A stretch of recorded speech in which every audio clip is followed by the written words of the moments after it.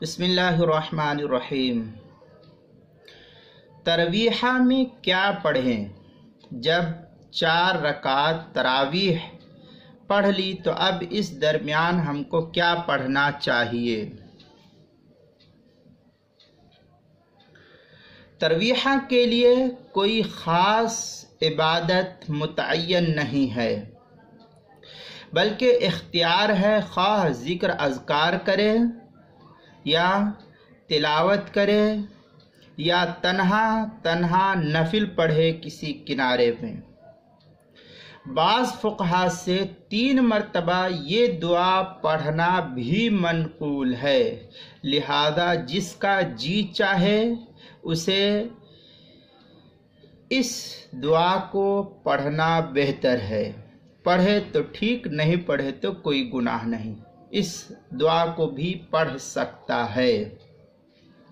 سبحان ذی الملک والملکوت، سبحان ذی العزت والعظمت والقدرت والکبریاء والجبروت، سبحان الملک الحی الذی لا ینام ولا یموت، سبوح قدوس ربنا، سبوح قدوس رب الملائکۃ والروح، لا الہ الا اللہ، نستغفر اللہ، نسألک الجنہ ونعوذ بہ من النار۔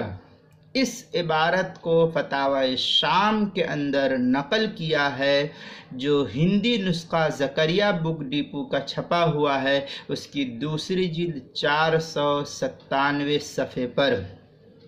جو کراچی کا نسخہ ہے اس کی دوسری جلد 433 صفحے پر ہے، لہذا جس کا جی چاہے اس دعا کو پڑھے یا ذکر و اذکار کرے، تلاوت کرے، نفل پڑھے، جو من میں آئے وہ پڑھے۔ کوئی خاص دعا اس ترویح کے اندر منقول نہیں ہے کہ اسی کو پڑھنا ہے، لہذا اردو کتاب میں بھی کتاب المسائل پہلی جلد 523 صفحے پر اس کو نقل کیا گیا ہے۔